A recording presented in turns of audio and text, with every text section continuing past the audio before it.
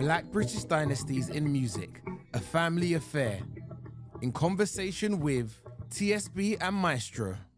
All right. What's going on? Robert Bruce in the room. And I'm in the room alongside some young kings, some young legends. The soundscape of the generation, pioneers, trendsetters. There's a lot of work being done and there's a lot of work ahead. But right now, can you give me a hello and my name is? My name is Ife. I also go by the producer name Maestro the Baker. My name is Toby, and my producer name TSB. So it's the 1st of September today. Before we jump into the conversation, how are you both feeling right now in this moment, this specific second in life? How are you guys feeling? You wanna go first? I'm feeling good. I'm grateful for life, man. So yeah, that's how I'm feeling. To sum it up, I'm grateful.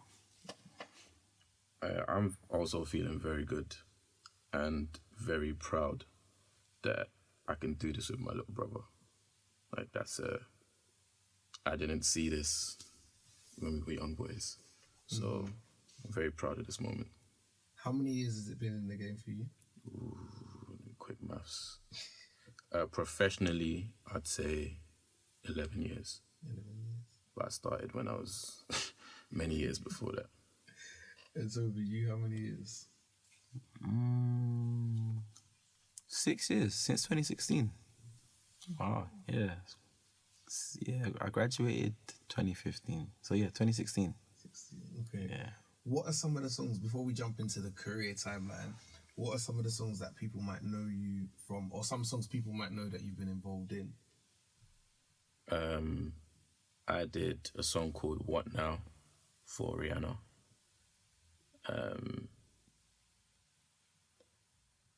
There's some more in there.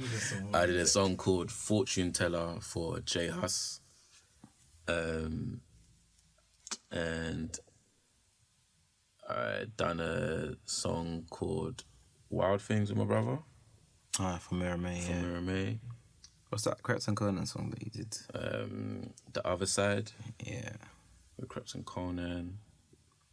Trying to think, you put me in the spot. I need to look at my discography. Feel free. TSB, you can take the reins as we just keep going. Myself, Princess Cuts, Heady One. J Hus, Spirit. Dave featuring J Hus, Disaster.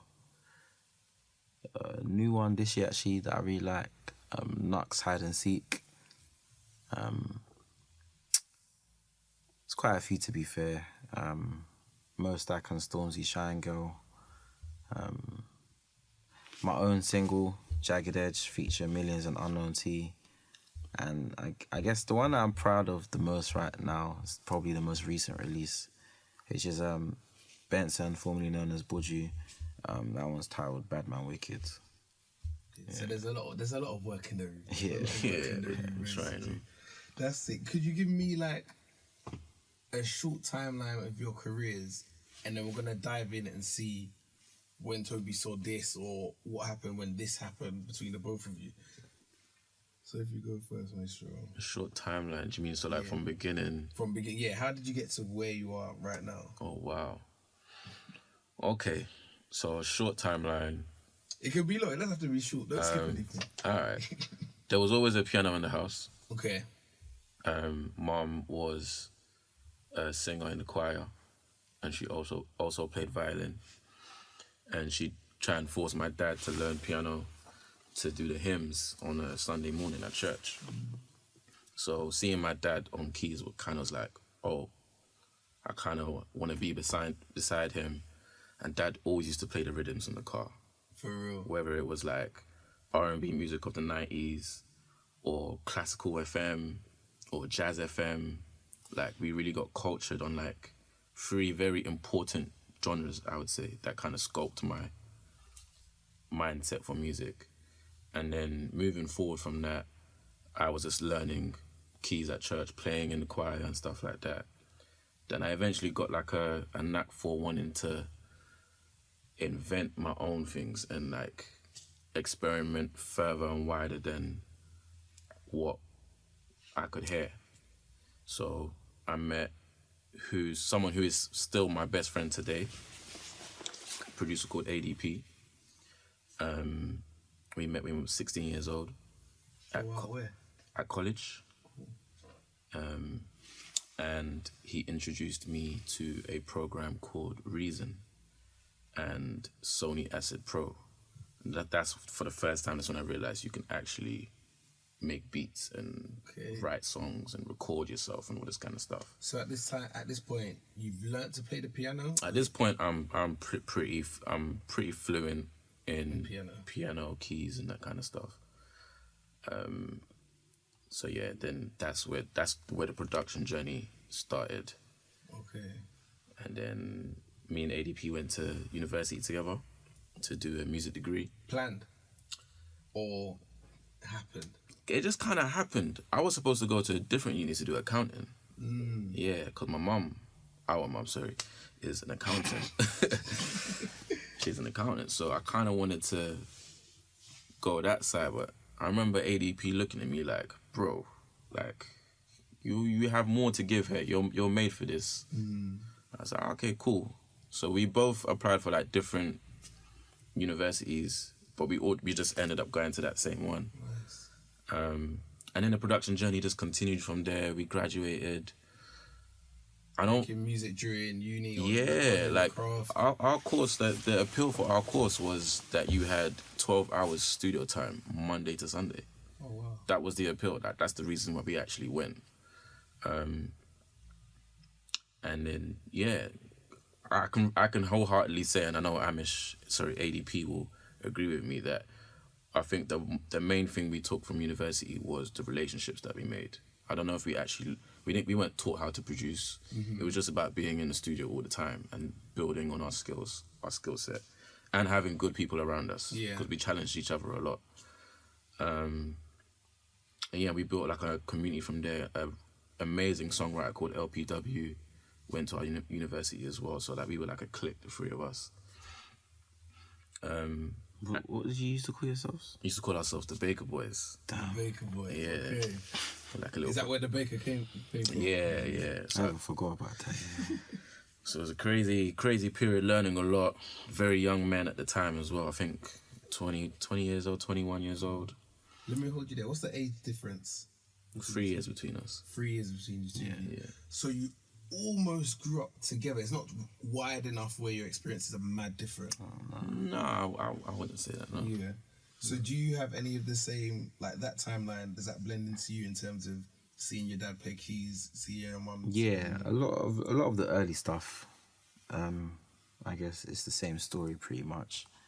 I guess the difference for me would be I was watching my brother also play piano in church whilst I was doing nothing. Do you know what I mean?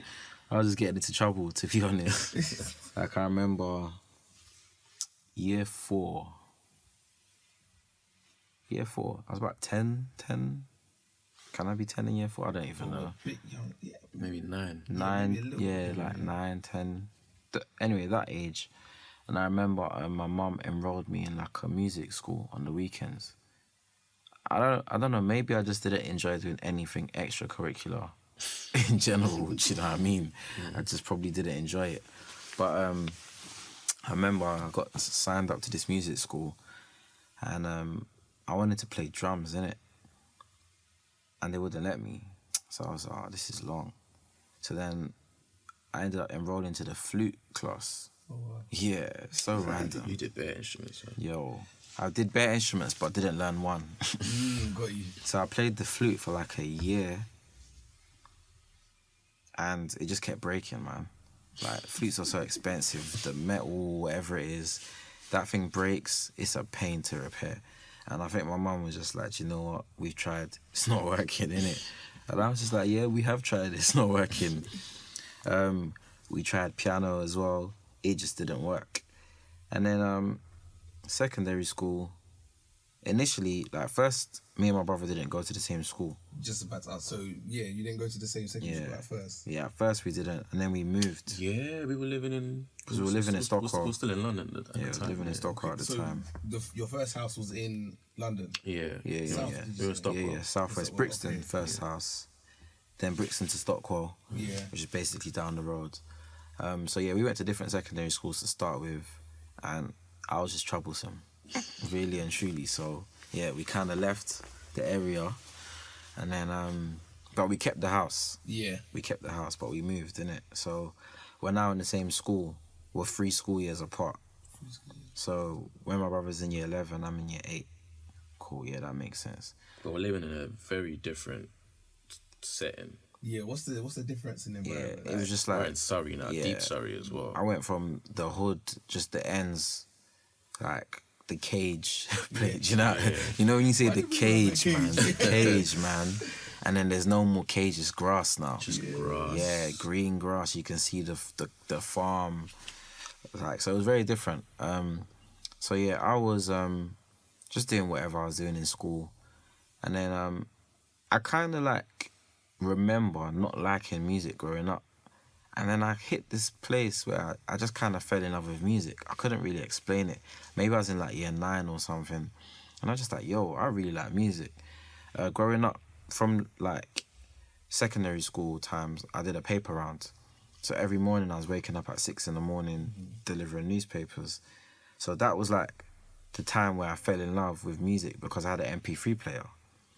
So we're on LimeWire, downloading all these songs, and then I'm making sure that I can fit them, because these times the MP3 player is like 128 megabytes. Like Yo, the megabytes, bro.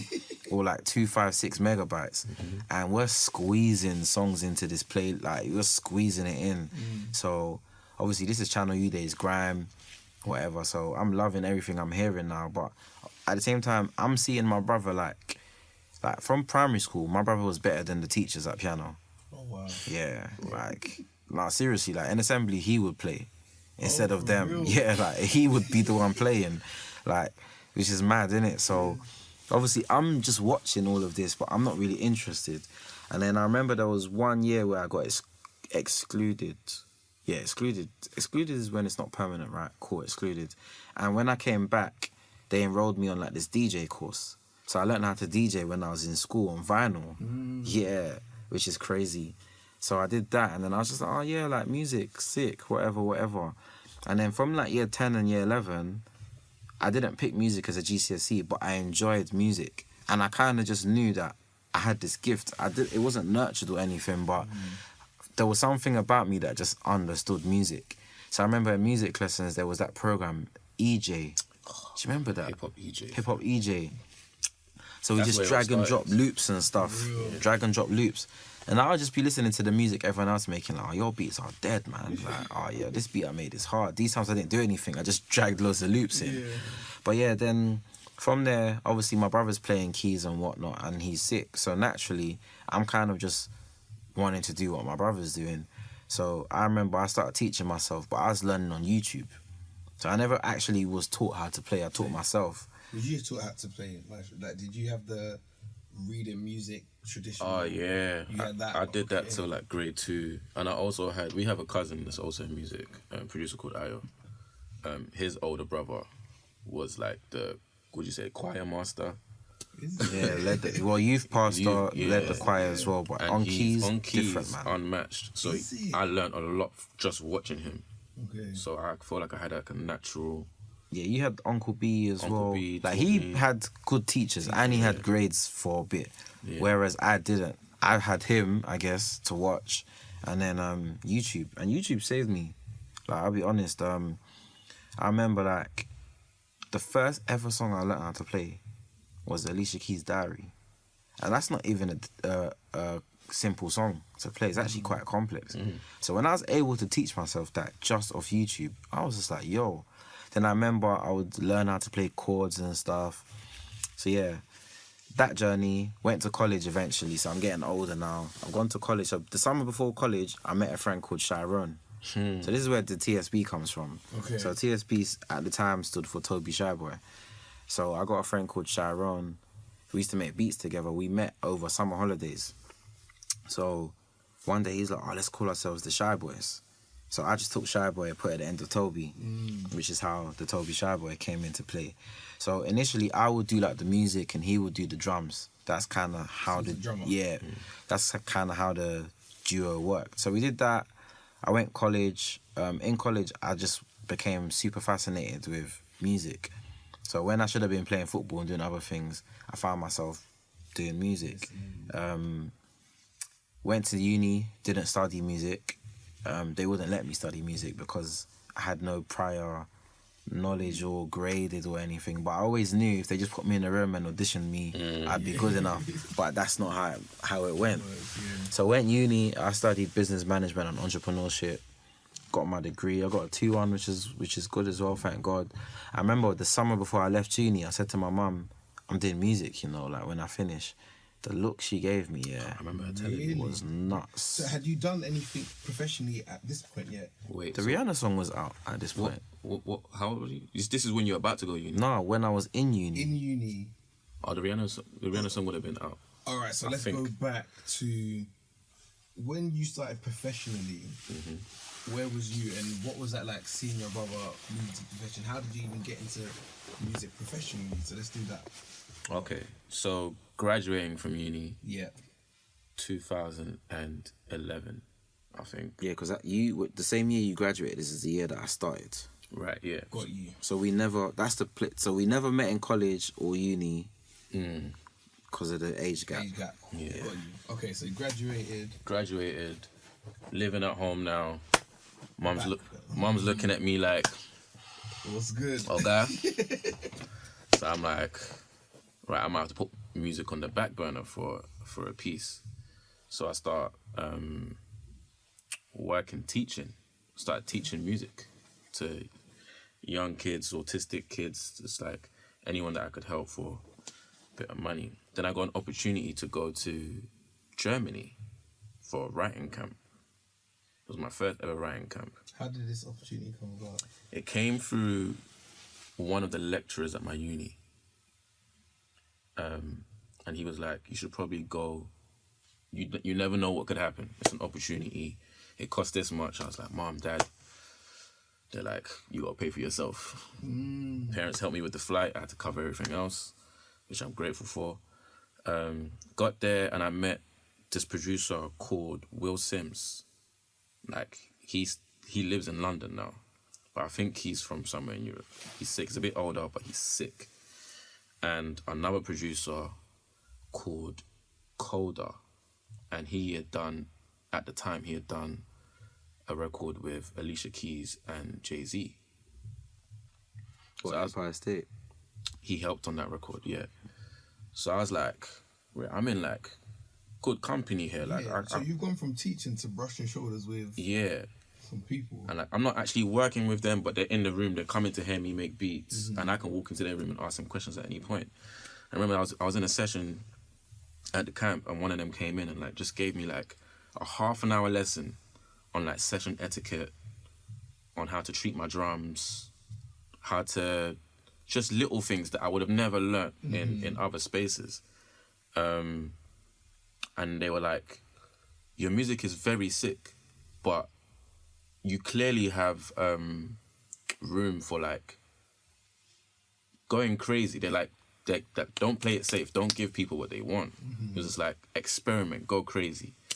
And I think that was the biggest lesson I learned at that period in my life, because when I came back, the very first thing I made was the beat for What Now. Wow. The very first thing. I was like, because all my songs before that were in like 4/4 time signature. I was like, you know what, today I'm just going to work in 6/8. Just outside the box. And then I fused piano with synths, EDM synths, and like crashing live drums. I was like, I put a bunch of things that didn't make sense, that should never live in the same kind of space. And that kind of thing was formed.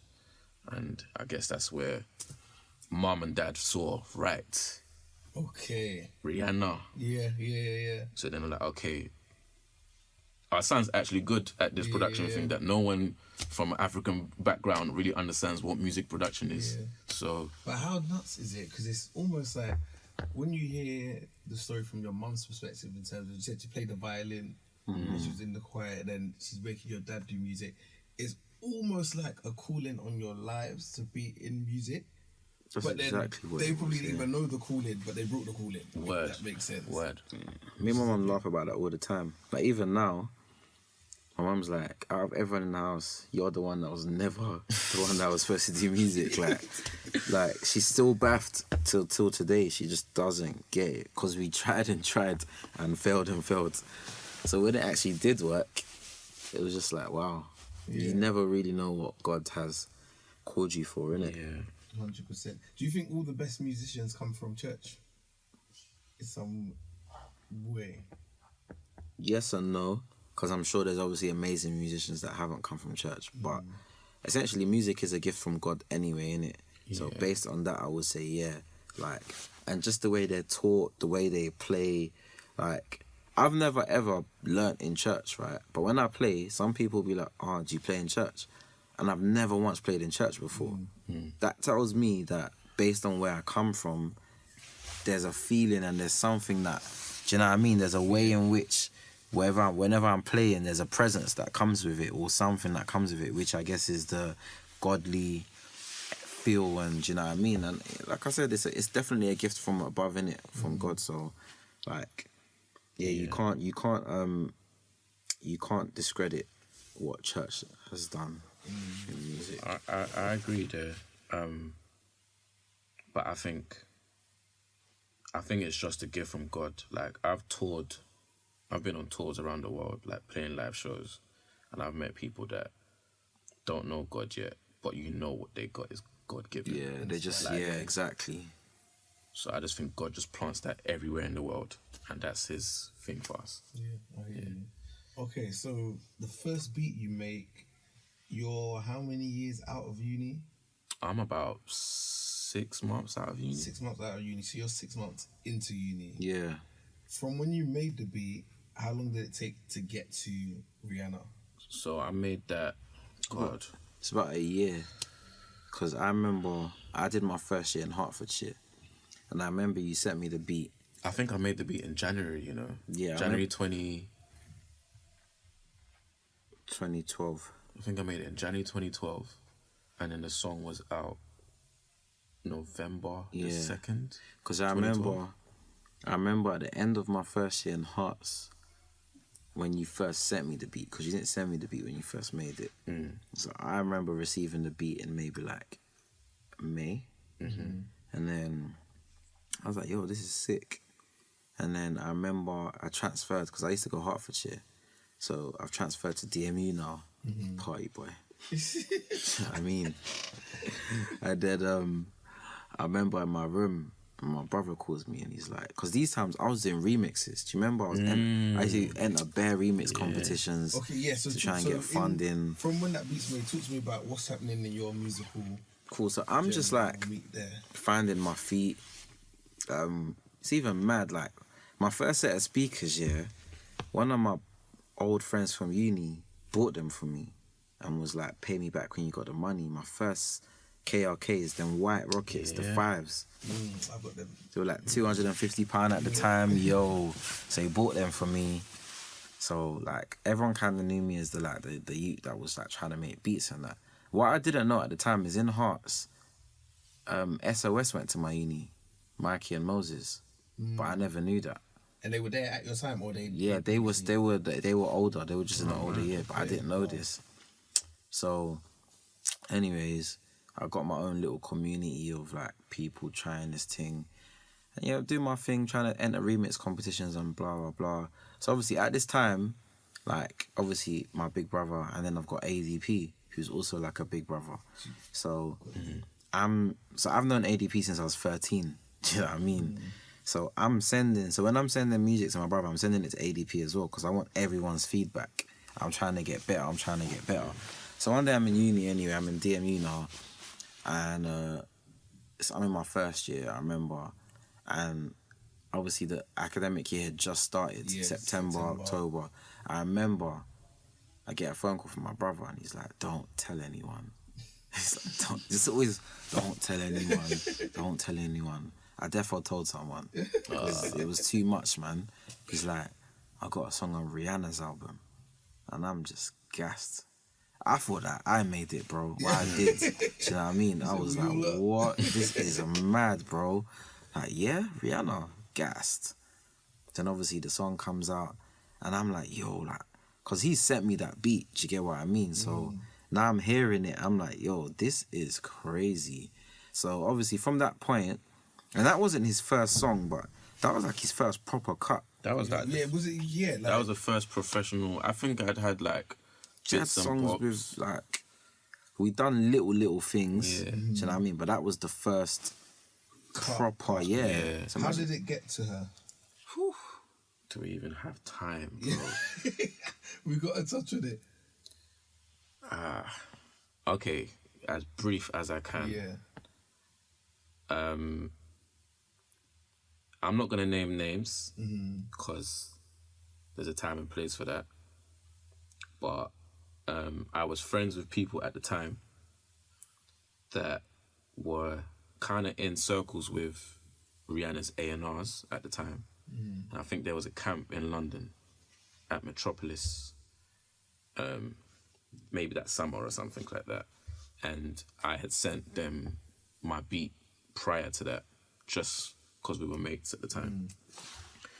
And they had played it to Rihanna's A&R, I think it was Ty at the time. And apparently I've heard from other people that were at the camp, they said that was a standout instrumental of everything that was made in that camp. And Ty just couldn't get that thing out of his head. He's like, I need a song on this, I need a song on this. That instrumental was sent to a writer called Olivia Frank. She wrote the song and Rihanna recorded it.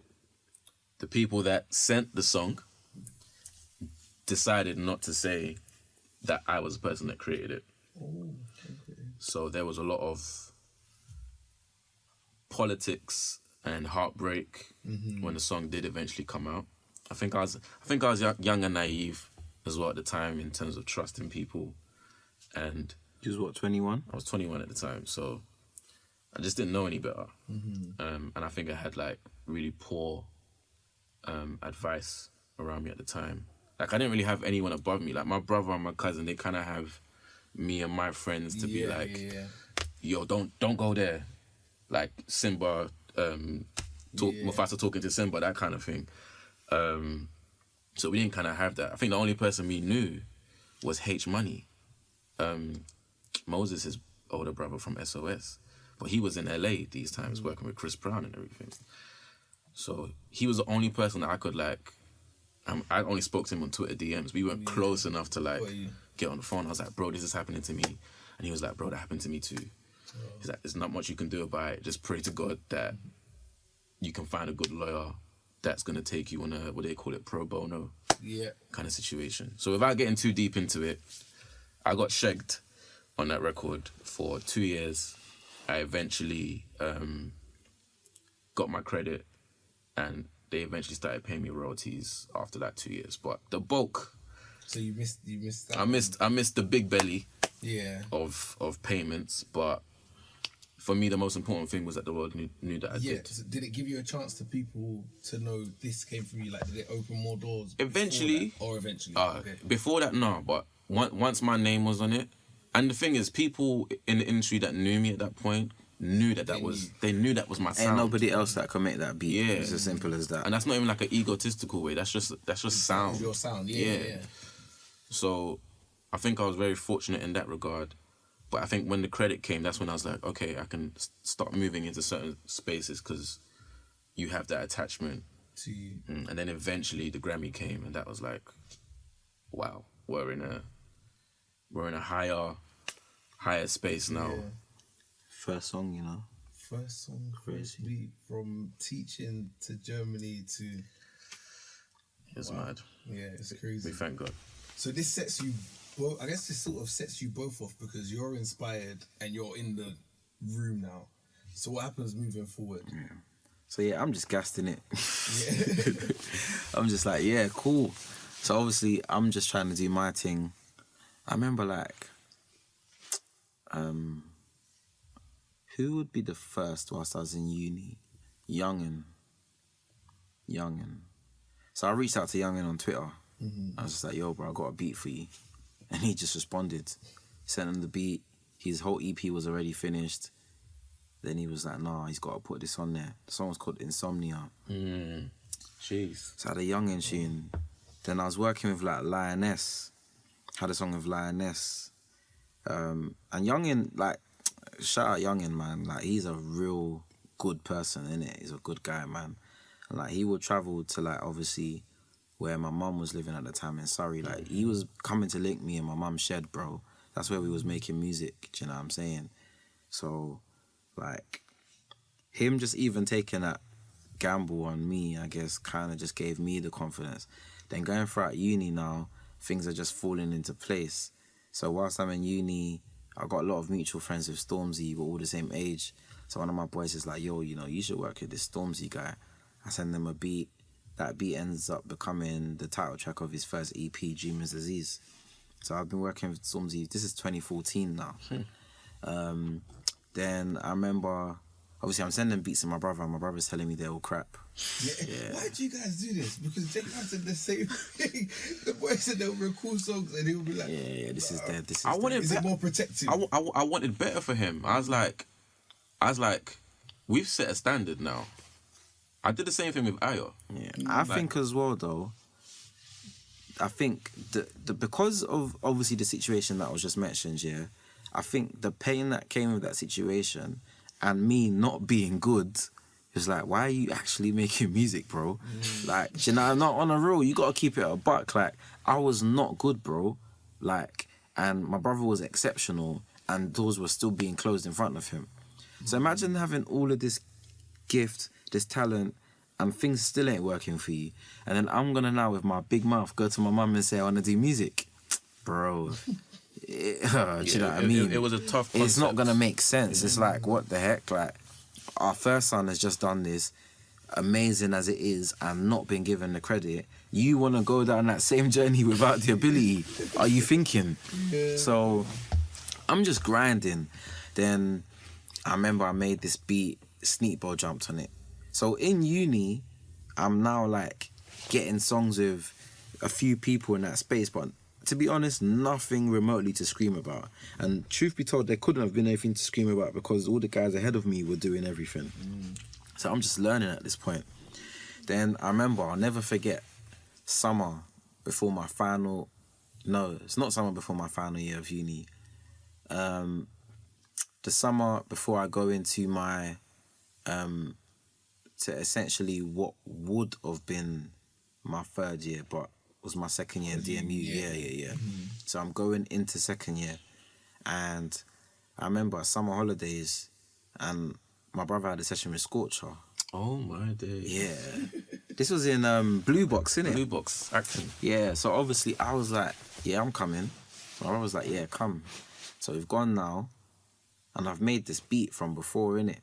And shout out my guy, Ari, my brother, Ari Pennsmith. Shout out Ari Pennsmith. Ari, yeah, that guy, this story don't even make sense without him being involved. He's so key for both our lives. So key. Because he was the first writer like that I'd ever worked with, the first person that ever sent me a demo on any of my songs. Like, I used to sweat before I sent a beat to Ari. Like, if Ari doesn't write a song on it, it's because the beat's crap. Do you know what I mean? So we used to do all of that, yeah. And then, so Ari's put a hook on this beat that I made, innit? I remember at the time, I think I wanted the beat for G Fresh. So I've made this beat anyway. Ari's on the hook. The song's called Work Get It. So I remember now I played it to Scorcher, and Scorcher's like, yo, this is mad. Then he's like... Your session. Well, you got to have a second room. Yeah. So we were doing stuff together. Yeah. So but then in the second room. They had booked out all was it 2 rooms or 3 rooms at the time? 3 rooms at the time. Yeah, but so I just went into the other room. So I've played it. Scorcher's walked in. He's like, yo, this is hard. So he's taking it. I'll never forget this. Yeah, bro. Like a week later, my brother's a bad guy for this, but I love him for it. Yeah, bro. I'm sleeping. Like, I'm conked. Yeah. This guy comes and wakes me up with an earphone. Yeah, so he puts an earphone in my ear, and then all I hear is Rex 3-2 rapping. I've just woken up in it, so I'm trying to understand what's going on. I'm like, hold on a sec, is this my beat? Like, what? But I jumped out of that bed so fast.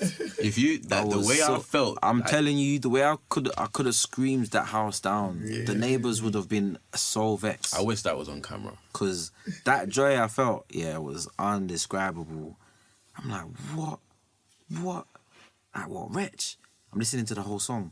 Scorcher, Wretch, and Merkston. Oh, I lost it. Couldn't breathe. If they put Gets on that song as well at that time, the movement, you wouldn't have seen me again. Yeah. You wouldn't have seen me again. So that's happened. Then And this is second year of DMU. Yeah.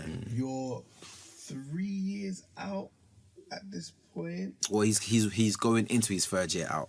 Going into your third year out. Yeah. And but now you're actively working. Like, is it? Now I'm 24 and I'm actively chasing my dreams. You're chasing your dream. Stop teaching, or you still doing it? I've stopped teaching at this point. Okay. Yeah. So is music paying off yet? I just got my first Rihanna check. Okay. This is 2 years after release now. Okay. Am I right? This 2014. Yeah. 2014. Yeah.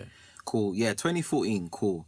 So I'm in uni, and now I'm actively like realizing that I could actually be really good at this music thing kind of thing. I'm meeting people. Shout out my boy Yinka /. That's cool then.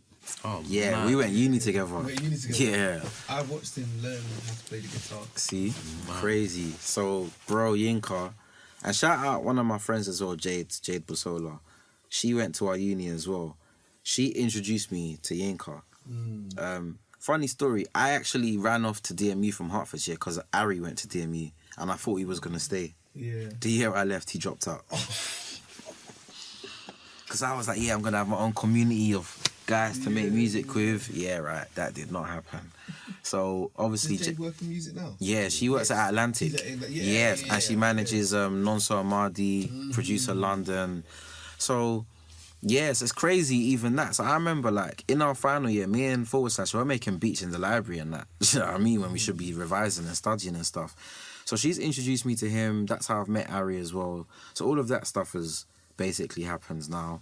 So I'm in uni, and then eventually the Scorcher song comes out. Then it gets nominated for MOBO for Best Video.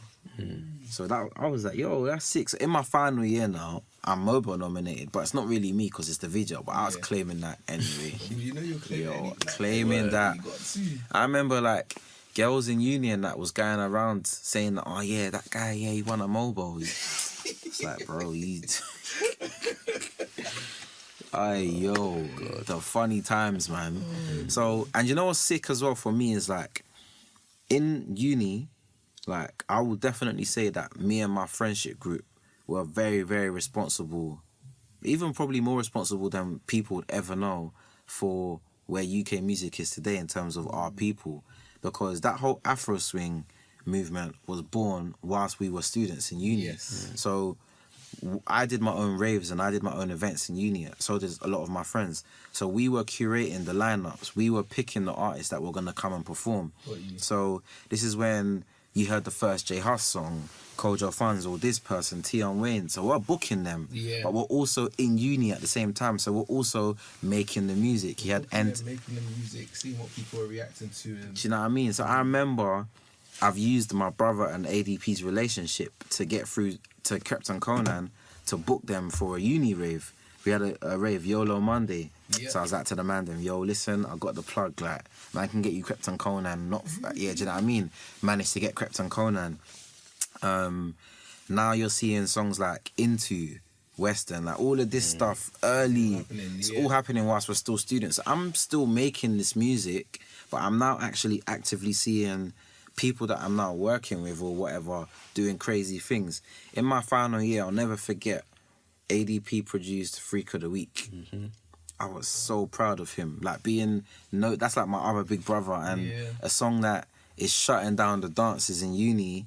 Yeah, like that was one of my uni songs. That was first year. I really Freak of the Week house parties. Do you know what I'm saying? Crazy. So for me, like that whole experience being in uni and being a beat maker it actually it molded me a lot and shaped me because like I was always like, yo, I'm having a first hand experience of seeing other people's music getting played in the club.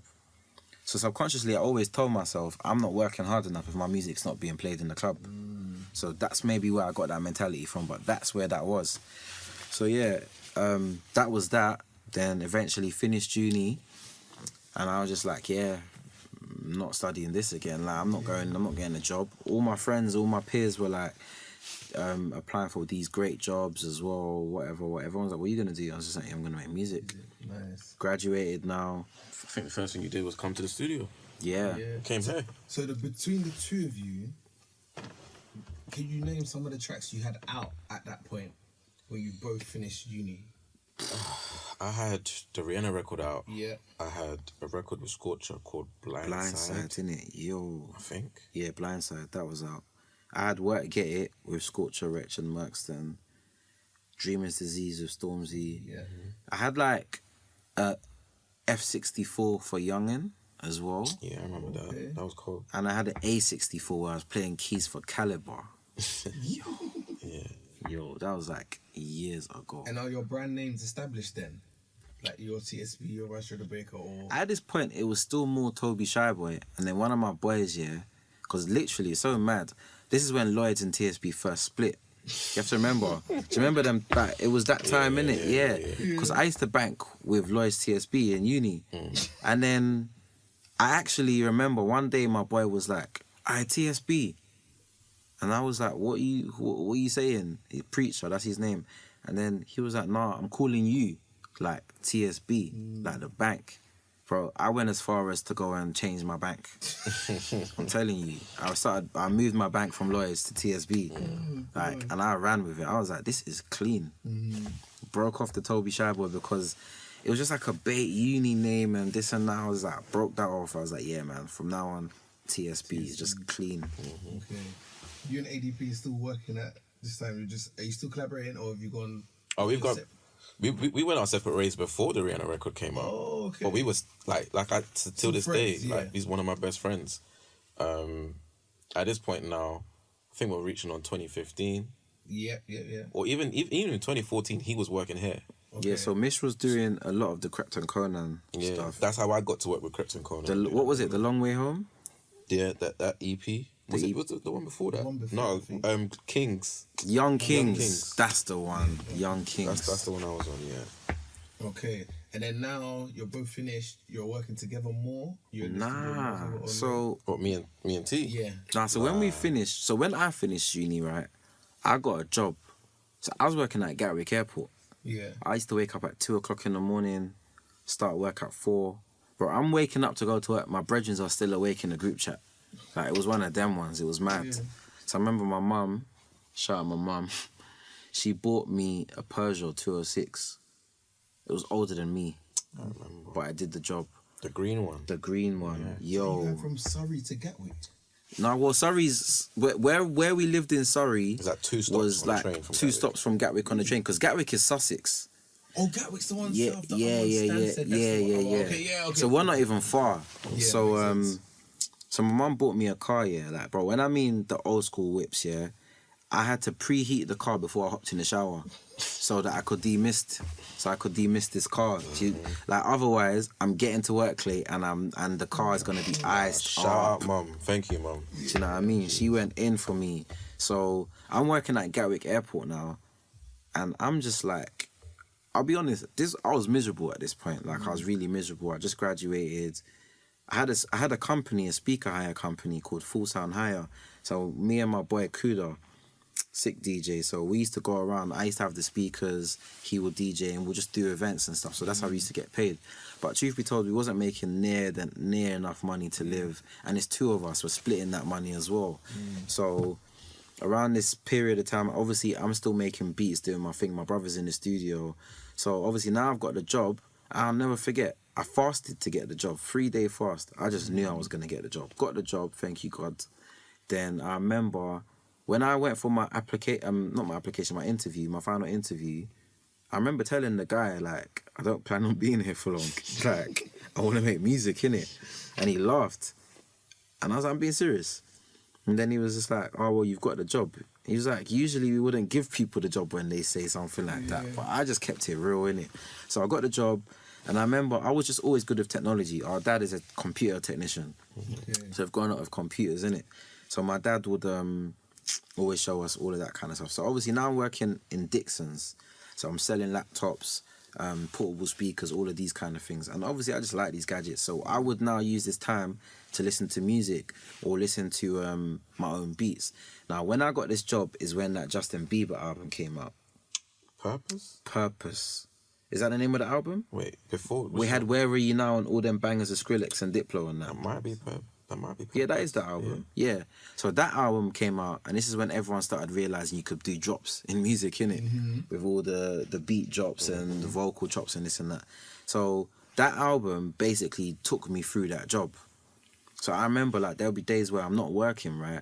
And I'll call my brother, or even if I finish, because I'm starting at 4 a.m, I'm finishing at 1 p.m. Finishing early, yeah. So I'm calling my brother, I'm like, yo, bro, are you using your studio today? Have you got any spare hours? If he's got a couple hours spare, I'm driving down from Gatwick to Ealing now to just use his studio for some hours to make beats and stuff. That process, eventually, I met a good friend of mine, AOD, and one of my brother's good friends, Linus, producer from a duo called Goldfingers. So we've made a song, myself, AOD, Nefera, another friend of ours, and Linus, a song called Numbers Game, which is like a pop record. The first song which I've produced and co-written, that song got signed to Black Butter. That's how I met Joe Gosser, who is and was Huss's guy. So that's how that story now starts. Yeah. And then what's happening for you, Maestro, at this time? I'm working here. I'm trying to get myself into the pop space at this point. I think I just signed my publishing deal at this point. I think. Yeah. I think I just signed my first publishing Are you deal. both living at home at this time? I'm living at home. I think I'm living at the studio at this point. You're living at the studio? Yo, that's another story. So What? together we lived in the studio for 2 to 3 years in our separate studios, as in wake up in the studio, go to the gym, to shower, back to the studio. We lived. My mum. Together we were there for 3 years. I think I was there for 5 years. Deep this. Mum bought us. Mum came with a fridge. My mum bro. bought us a fridge freezer. Fridge freezer. For the studio, you know. I'll never forget that. She was like, my boys are hustling. They need somewhere to put their food. She bought us a fridge freezer. And is that just so you can maximize your time? We were. When I mean we were living here, every year, the only time I could say that I slept on a normal bed was Christmas, fam. Christmas, and more time that would still be sofa, or if in those seasons we happened to go away for music, like abroad. So like the first couple of times I went to LA, I was still living in my studio. Literally. I was living in my studio even after I signed my publishing deal for about 8 months. Wow. Yeah, literally lived here. To the stage where even when I started, by God's grace, making a bit of decent money and buying trainers and stuff, my shoeboxes would be in the studio with me. Literally. Go Primark to re-up on stuff. Laundrette to wash our clothes. Like, we really did that. Like, for years, bro. The hardest period of my life. That living in the studio? Yeah. Why so? Because you asked what was I even up to? Yeah. Like, bro, from 2015 right through to 2018, I think I had one cut in 3 years. I wasn't making no money. I wasn't making good music. Like, I listen back to those records now. It's funny, some of those songs have been cut now. When I've come out to a better mental space. I don't know, God just decided to bless me. It's like, some of the stuff he made was actually good. But I think for 3 years, I think I wasn't feeling yourself. I wasn't feeling myself. You know how good What's you the battle was. going on in your head at that time? I think I was so bitter and bruised by the whole Rihanna situation, and I felt like I was owed more. I felt like the industry owed me more, and I wasn't finding myself in the right rooms. There's 2 comments that I've got the most in my life, is you are the best underperformer. Okay. It's like a backhanded compliment. Yeah. You were the most talented underperformer, something like that. And then the second one is your beats are always better than your songs. So it's like whoever I was writing music with, or whoever like they were trying to get me in sessions with, like my music would always outshine the lyrical content or the concept of the song. So I just felt like there was no marriage for anything I was doing. So for those 3 years, it was horrible. Then everything changed when I moved out the studio. When you moved out the studio, Everything so changed. you think you was just in it too? Like what? Why? What do you think was going on there? I can't sit here and lie. Maybe I got comfortable. Maybe I forgot that there was a world outside. I became it's so easy comfortable to in my forget. own bubble. I would get scared to go further than acting. Yeah, to be fair, he's right. When we were living in the studio, I could count how many times on one hand I'd see my mum in a year. Like, do you know what I mean? One hand, bro. Literally one hand. Like, And is that just the like? I guess it starts off with the drive. I just gotta make it happen. Like yeah, and then it becomes a Became too obsessive. drug almost. Yeah. Like, and obviously at this time now, so in this 3-year period, my brother's also seeing me, in quote, growing at Toby was a excelling. massive ooh, okay, rate. Excellent. So it was it was a mad it was switch. weird. Yeah. It was like my brother's always gonna be my older brother. Do you get me? But for a stage, it almost felt like all the blessings that maybe he should have been getting it's just falling. were just falling on my lap. Obviously, I can't discredit how hard I've had to work and the people that were part of my journey. Deserved everything. Do you know what I for mean? sure. But it was, even for me, sometimes it was uncomfortable or weird. It's like I've only ever looked up to my brother, and now I'm not looking up. And even like he said, in that time, he wasn't making his best music. I've always looked up to my brother musically. Like, this guy is just one of the best producers in the world, period. But like, for that period of time, I could almost forget that. Yeah. Like, I remember sometimes I'll say things like, I even forgot you was this good. Do you remember I'll say, like, because before it was always, before I couldn't forget because it was always in my face. Do you get what I mean? But for this period, it wasn't. And then naturally, I'm maturing, I'm becoming more busy. I met Huss in 2016. Common Sense came out May 2017. By October 2017, I signed my first publishing deal. And I signed like a proper big publishing deal at the time, innit? Real deal. Like a real deal, whereas my brother's one was to keep Just a him... means to an end. Yeah. Yeah. So imagine now it's like the opportunities that he should be getting, I'm getting, or like something that he'll get overlooked for, they're looking at me, and I'm like, it's even making me feel weird because I'm like, are you like not understanding his ability?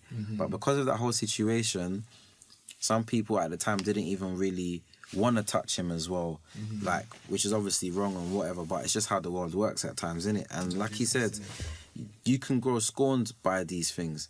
And I think I can say that for both of us, it's taken a lot of prayer and actually just realizing where we ought to be in life for us to actually come out of these situations, because his struggle was my struggle the same way my success was his, and vice versa. Do you get what I mean?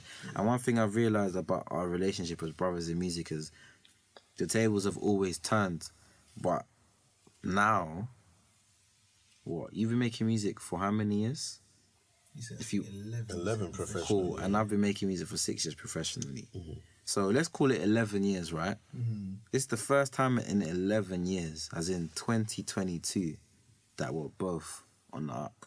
Nice. The very first time. Do you know what I mean? Wait, where are we? 1st September? Yeah. Bro, as of last month, this is the first time where we were driving the other day and we were like, just talking like, bro, like, he's like, I was like, I don't worry about you no more. He's like, I don't worry about you no more, bro. Perfect.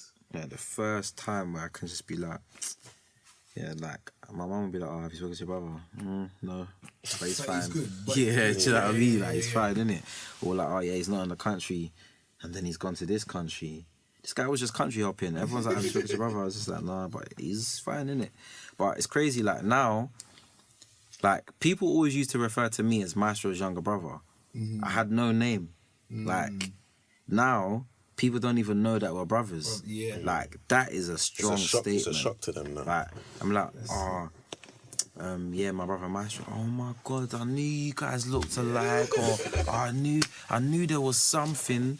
Like, but before, nah, it wasn't that. It was like I was literally living off his name to feed whatever I was trying to do for myself. And now we're bringing each other opportunities. We're doing things together. So it's a completely different, it's a different world. It's a different world, man. The dynamic now is amazing. The things we're able to like lean on each other for now, and it's not leaning on each other to like bring someone up. It's just like, bro, we can.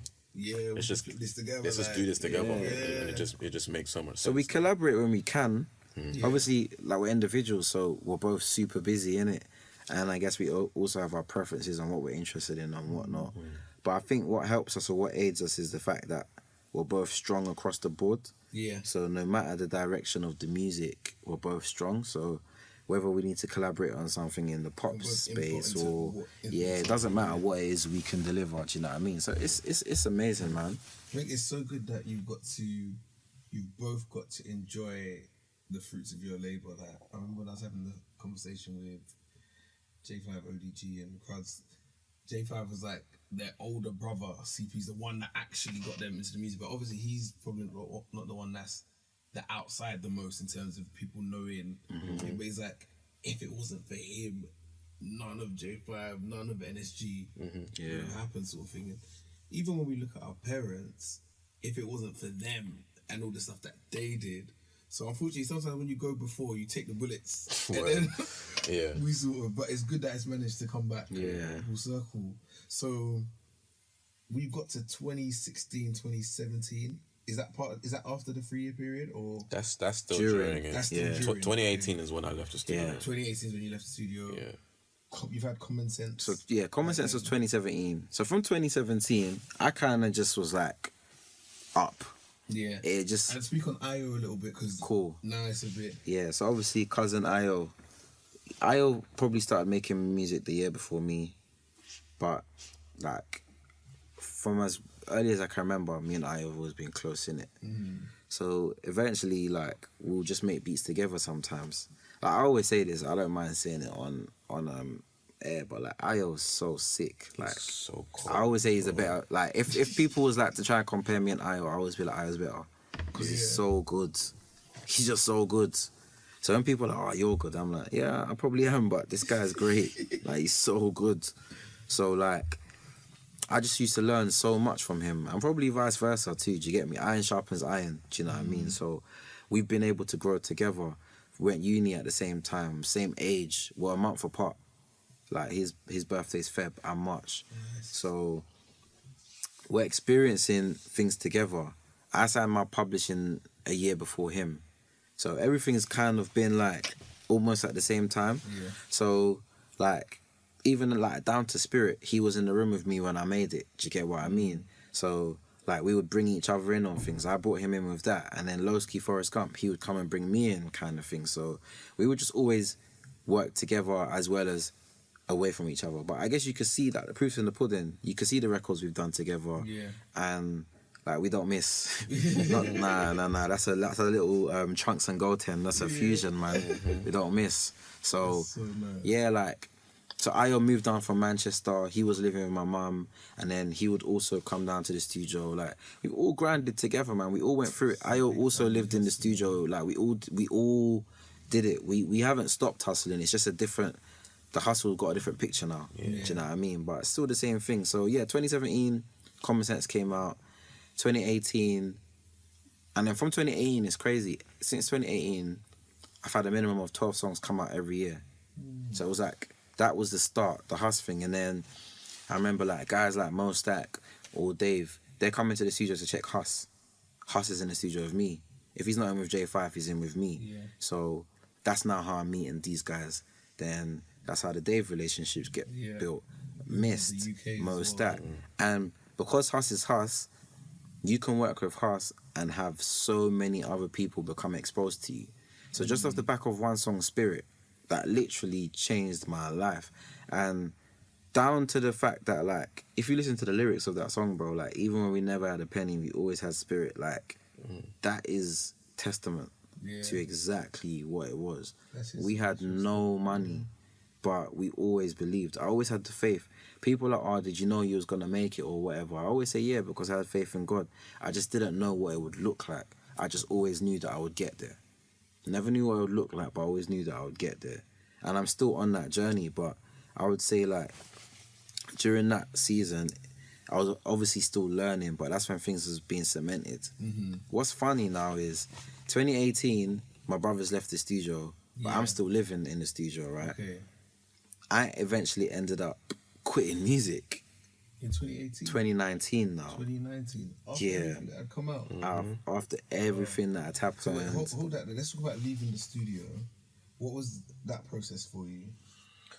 How did you decide to leave the studio? I could no longer pay Okay. I could no longer pay my rent. I had nothing left. I wasn't getting any opportunities. Like, literally nothing was working. Like, every song that I'd made in 3 years, I didn't know if it was coming out. I was just like, this is probably the end for me. I should probably take some time out, get my mind right, and then figure out what else I can do in life. And then that year, kind of like cleaned myself up, got dreads, started going gym, eating a bit better, that kind of stuff. And then got closer to God that summer. That summer I gave my life to Christ. And music that I'd already made just started coming out. One by one. Just started coming out. A record with an artist called Zai Zai Sensei. It wasn't a huge record. Yeah. I done well though. But it done so well. What was the other one? The T on Wayne. T on Wayne. 212. 212 with J1. Like, just little things just started happening. Little things. I was like, okay, cool. Fleur East. Like, just random things that I'd been doing. I was just like, okay. The picture is starting to look a bit better. And then I can't remember what the trigger was. I think I wrote a pitch song, like a song for like an American artist. And Shah heard it. And Shah just wanted to offer me the bag because she was working at BMG at the time. She was like, we need you here at BMG, we need to sign you. But I'd been so burnt by... Ready, yeah. I was just like, I want to stay as far away from publishing until I really understand all these kind of things and what my life is really looking like financially. Like, I'm starting to make a bit of money from production fees and advances. Then I started paying for myself to go to LA. Okay. That's when I started meeting American writers. They were rating me. I was getting in big rooms over there, working with bigger people. And then the picture just started looking better. Then I started getting random cuts in like K-pop music, J-pop music. Yeah, that market's also huge. Bro, the money that I made off that, like... And that's when I realized that. I was like, I don't need a publishing deal. Like, I'm making bread. Like... And I feel happier. Mine and Toby's relationship is in a much better place at this point.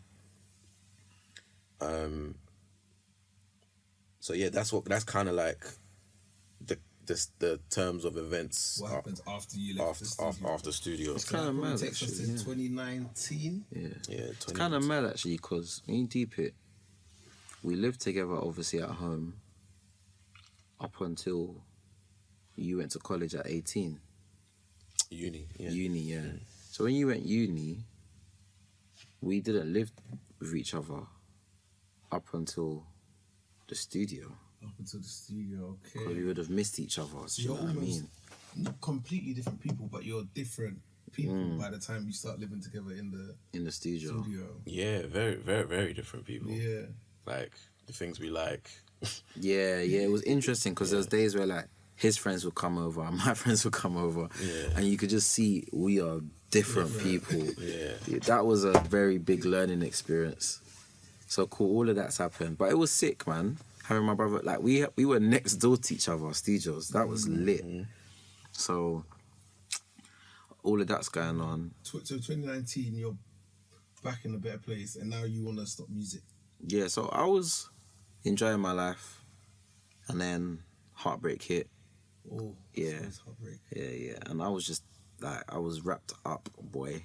I was done. Like, I got a laugh in it because I'm a gangster. Honestly, I got a laugh here because it's just life in it. But it was one of them situations where like it just got the better of me in it. Like it just got the better of me as a man, and I think because I never experienced anything like that, I didn't know how to deal with it. And then I kind of just felt no peace in it. Like obviously the Bible says, "What does it profit a man if you gain the world and lose your soul?" In it. Yeah. And I look around. I'm a big observer in it. I got bare guys around me in music. I'm looking at my brother. I'm looking at all my friends that are successful. In my like, in terms of what I can touch with my own two hands, all my friends and peers have achieved everything in the world of music. What, number one in this country has been done. Grammy, this, number one here. Like, there isn't anything nobody's achieved. Mm-hmm. So when I'm looking at everyone and you're still unhappy, all of you lot are still depressed, no peace. At the time, I was a big weed smoker as well. I just wasn't happy. So I was just like, this is not it. One day there was a flood in the studio. Literally like a mad Noah's Ark experience. Sprinkler system got set off. I'll never forget November 2019. Whole studio flooded. When I mean everything. Bro. The only thing that was saved, God knows why, my hard drive. My hard drive. And you know what's so funny? The 4 songs that I had on Big Conspiracy were on that hard drive. Give me goosebumps. That hard drive was saved, which meant all my music was saved. So yeah, when the House album came out, Big Conspiracy, I'd actually quit music. But everyone didn't know that because I just changed my bio. I put like, on a break. But I was done. I was done. I wasn't going to do music anymore because I just was like, do you know what? I'm not happy, innit? I don't have peace of mind. And furthermore, because I got a studio, I'm spending my own money to invest in something that is not bringing me joy. That is crazy. Yeah. When you put it like that. How can I be spending money to invest in something that's not making me happy? Tell my friends that I'm not doing music no more. Oh, what are you going to do now, man? Like, oh, you've been working so hard. I was like, yeah, I know. We're working so hard to be upset. So I was done.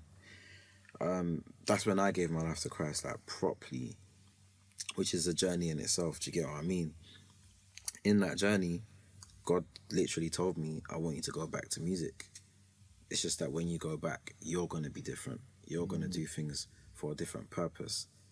And then Jan 2020, we all went to LA, right? Big Conspiracy, fam. Yeah, so Jan 2020, we went to LA. The first time we went to LA together, I think. Yeah, the House album leaked a week before. Did it leak? Yeah, Big Conspiracy leaked. Yeah, I had people sending me my songs on WhatsApp. Like, did you make this? I can hear your tag. Or, well, of course I made it then. But do you ever get to find like where that comes from? No, I was so frustrated, man. But it was me, you. So it was me, my brother, and my cousin at the same time. We all stayed. We actually booked an Airbnb, so we stayed together. Yeah. So my purpose for going to LA was just a holiday, and because Ayo had done work on the Burna Boy album, which was nominated for a Grammy. Nice. So we was like, oh, let's go out there. Obviously, Big Bro's already won a Grammy. Let's go support Ayo. The week before we went to LA, I went to the Apple store to get my laptop fixed, right? I got it, and they fixed it. They gave it back to me. It broke again. It stopped working. I was talking to one of my friends, Harmony. Shout out Harmony. She started praying for me, yeah. Went back to the Apple store. They gave me a brand new laptop. Better spec than I had before, for free. And then, if that wasn't a sign that I needed to do music again, I didn't know what was. Yeah. Went LA. Obviously, Shah was my A&R at the time at BMG. Nice. So then we started talking. Then she just started facilitating sessions. What's actually interesting as well is in that period that I quit music, I had no management. Like, because I was just done with music and all of that stuff. So I had no management from August of 2019. I was having so many meetings with people and I was just telling them, like, I'm not making music anymore. And it's like everyone was trying to convince me to come back. But they couldn't. If God didn't tell me to come back, I wouldn't be here in front of me today. But what's crazy is that look what's happened since then. And that's why I say the thing about this is actually God's calling for me, because I left it. Yeah. I did it on my own accord, thinking this is what I want to do, until I was like unhappy doing it. And I'm back doing it. To do it in the first place. Yeah, and I'm back to it. Yeah, because the truth is, like, with my brother, he's always been gifted. Like, this guy could play the saxophone, could do this, could do that. Like, he was gifted. You could see, you know, when you could spot someone in your school, like, that guy's just special. Yeah. That was my brother. Fastest in the school. Do you get what I mean? Someone that's just the best at everything. So even if there was things that I was the best at or really good at, I wasn't a shining star like he was. Do you get what I mean? So with music, I never ever knew if it was my calling or if I was just doing it because he was doing it. Yeah, do you know what I mean? So that's another reason why I probably let it go, because I didn't even know if this was really my destiny. Now I'm so unapologetic about it because I know this is what I was supposed to do. So it's just a different feeling. That's sick. So then we're in 2022 now. LA happens in 2020 or 2019? 2020. So we went just 2019 before, and we went together in 2020. Yeah, we went just before pandemic. Yeah, when we were out there, Kobe passed. Mad. Yeah, we were out when we were out there, Kobe passed. It's crazy. Because I remember, Governor B gave me tickets to watch the Lakers game, and then it got postponed again. I gave you tickets. Yeah, because Governor was out. So we made funny in that trip. The first song that I made when I came back to music was actually a song with Governor B, which was on his last album, Kushti. Yeah. So it was after we made that song, we prayed as well. Then I was like, yeah, I'm gonna be back. Then he was leaving LA, and because the game had been postponed, he was at R. So here's the tickets, got postponed again. I had to leave. So yeah. That's nuts. So then the last 2 years it's been pandemic, work, big conspiracy. And how's all of that been before we wrap? I've got a few more questions. It's been beautiful, man. Like since the pandemic, like I've signed a record deal, released my own music. I'm working on my own debut album as a producer artist. Since the pandemic, I've had 2 #1 albums, the Heady One album as well, Huss album. I've been grateful to have top 20 singles, won a Brit Award for Dave's album. I started getting nominated for awards like Mobo's and Rated Awards as producer of the year and things like that. Things which once upon a time I cared about, like I'm not getting recognition, and I genuinely started to get recognition. So it's been great. There's still so much to come. I still feel like I haven't scratched the surface, but it's been great. And Maestro, you as well. What's the last few years? Like the last few years, I feel like I've been traveling the world making music, and one thing I'm really proud of right now is I've found myself in like a space where I'm writing music and composing music for film and TV. Talk to me about that. Like I recently did a documentary on Discovery Channel it was called Who Killed Biggie and Tupac. I'm doing like ads for like Intel computers now and stuff like that. Me and Toby even did an ad for Bailey's. Is it? It was licensed across the whole of West Africa, so that was really nice to like kind of like give back. Yeah. In that sense, and I'm back touring now. I'm playing live shows. I found love. My girlfriend's an artist, and like she's doing incredibly well right now. And like we're doing so many support tours around different parts of the world right now. What are you playing when you tour? I'm playing keys and programming a bunch of stuff. Nice. So that's kind of like the picture right now. There's music that's going to be coming out. I can't really say too tough because I'll get killed for that. But did you do the publishing deal in the end? Or? I did. I signed my publishing deal in December. Okay. December 2021. So, and yeah, they're really 10 years in the making. 10 years, man. But it shows you. Some people give up. Most people would give up. Yeah. 10 years after being in quote at that pinnacle. Yeah. It's crazy. Heartbreak as well. Now, more power to you guys, man. The last question I had for you both is, what have you learnt from each other? Maestro, what have you learnt from TT? What have you learnt from your older brother? or what is the other taught? You know what? Trust God. What's it called? Okay, if it's on, that should still be cool. Yeah, I'll it's just. on lock screen. Okay, no, that's cool. It should Yeah. still be recording. Yeah, what have you taught each other / learned from each other? Toby constantly teaches me to trust God. I know that sounds like cliche for anyone listening, but like, I know for facts, I'm not standing here today without trusting God, and he's not standing here today without trusting God.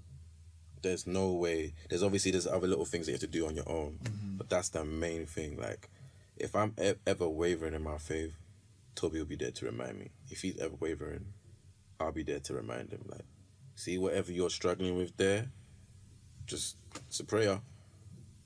Just get on your knees and pray.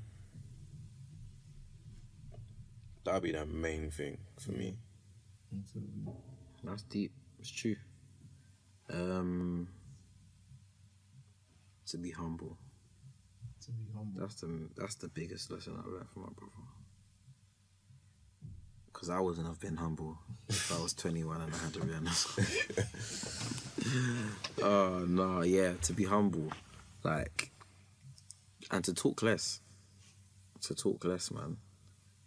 There's a lot of people that speak but have nothing to show for it. So now I found pride in being the opposite and not saying anything and having a lot to show. And I think it's better that way. You don't need to be the loudest voice in the room or say whatever. If your music is like, your music should do the talking for you. It should speak for you, innit? So that's one thing I'd definitely say that my brother's always done is let his work speak. And I think doing that has allowed me to make better quality music, because then I'm actually focused on making sure that what I'm creating has real, like, it's undeniable. My brother taught me that, like, we're in this to be undeniable. Like, I need to be so good that I don't even care if you hate my guts. You gotta love my music. Like, I have to be undeniable, and I learned that from my brother. So yeah. Wicked, man. Thank you guys very much for your time. This has been amazing, man. Thank Amazing. you. I hope it's been good for you guys. Yeah, as well. 100%. I've learned some things about my brother I didn't know. Nah, sick, man. Yeah, thank you. Oh, it's good, man. Makes me think about the stuff that I probably even forgot about on the journey. 100%. Yeah, things you don't even remember.